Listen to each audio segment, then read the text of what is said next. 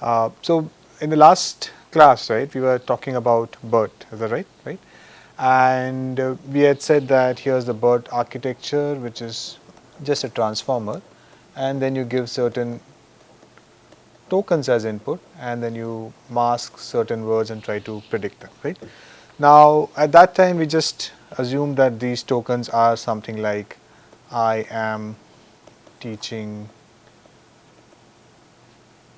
here today, right? Something of that sort. And when we say tokens, I think intuitively we think of them just as words, right? But there's a difference between them, and that's what this lecture is going to be, or at least in the modern LLMs, when we talk about words and tokens, there's some difference. So that is what we are going to talk about today, right? So that's the context of where we are. Okay, so let's start. So in large language models, right, or in language modeling in general, there is this computation over a sequence of tokens, right? So we are trying to compute the probability of a sequence of tokens, and we can write it using this equation. So now the question is that what is each of these tokens here, right? You are given typically, if you had seen the example that we had considered in BERT and other models, was that some large paragraph is given to you, which is 5 and 2 tokens, right? Now, you're given a paragraph, how do you split it into tokens? As I said, the most intuitive way is to just use the white spaces, right, which is the space character that we have, and whatever is split by a space is a character, right? But then what happens if there are languages we don't use white spaces? So that's something that we will see today. And then we will see that where does this tokenizer fit in the training and inference pipeline, right? So you have start with this paragraph that I had. Of course, here for demonstration, I just have a small a question or how are you? And then you would tokenize this, and if you use the white space approach, you'll just get the 3 tokens, how, are, and you. And then you would assign some token IDs to these, right? So this here I'm assuming that your entire corpus, like a very toy example, is just how are you. So your entire corpus just contains 3 tokens, and I'm just going to give them IDs as 1, 2, 3, right? And then these IDs, if you remember, we had this embedding matrix at the beginning, right? So if I look at the embedding matrix as a K cross V matrix, right? Then there are going to be 3 columns here, and each column is going to be K dimensional, and each of these columns is going to correspond to one of these tokens in your vocabulary, right? So that's what we have been doing so far, okay? Okay, and then you give this to the language model. This is now the BERT model or any of the other models that we have covered, and then you get from IDs you go to tokens, right? So what does that mean? That here you had the BERT model, you gave it these tokens as input. So you just said that my sentence is actually word number 1 or token number 1, token number 3, and then token number 2, right? Fine, right? And then token number 1 is just how. I've just token number 3 in our vocabulary was you, and token number 2 was are, right? So I'm assuming my sentence is how you are now, right?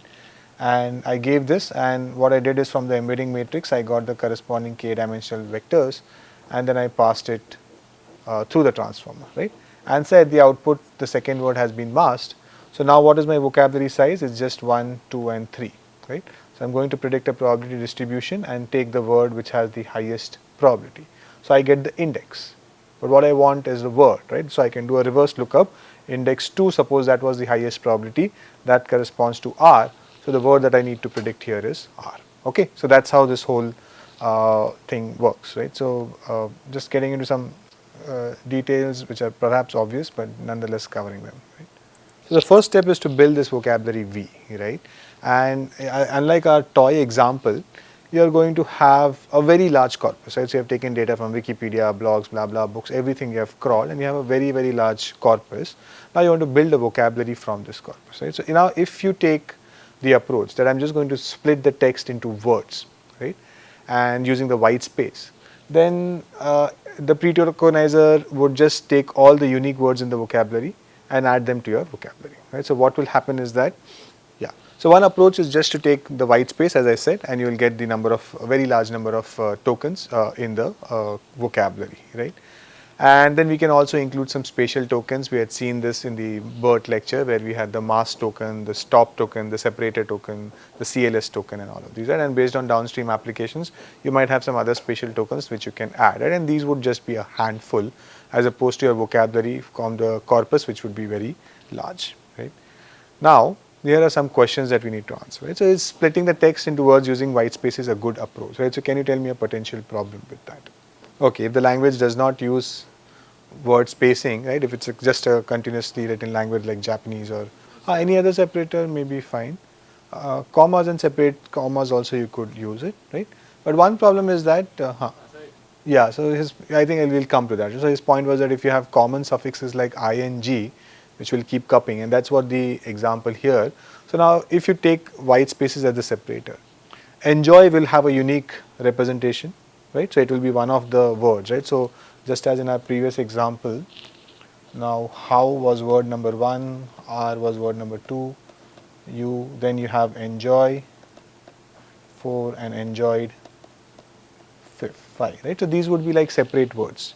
Do you want them to be separate words? Perhaps not, because there is some connection between them, and you would want that the representations for these two words are sort of coming out in a way that one encompasses the other, right? So that information should not be lost, right? So that's one issue that you need to deal with, okay? As I said, what about languages like Japanese, right? And then the other question is that why go by word splitting or white space place splitting? Why not just use characters, right? So you could just split based on characters, and then every character is a vocabulary, unique word, a unique token in the vocabulary. Now, if you do that, what would your vocabulary size be? Vocabulary would be very small, right? In English, it would be 26 plus maybe some spatial symbols and commas and everything plus numerals, right? So order 100, 120 what the vocabulary would be. It's a very small vocabulary. Good or bad, I don't know yet. We'll discuss that, right? And then what? That's a question, right? So now at one end you have that use white spaces, right? So then enjoy, enjoyed, enjoying, everything is a separate token. Use characters.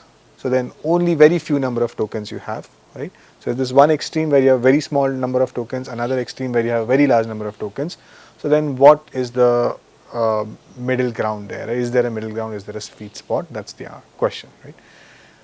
So here are some other questions. What should the size of the vocabulary be? That's what I was asking. Is 100, 120 which you get from characters, is it good, or just take a very large vocabulary, maybe 100k, 200k, 500k words, right?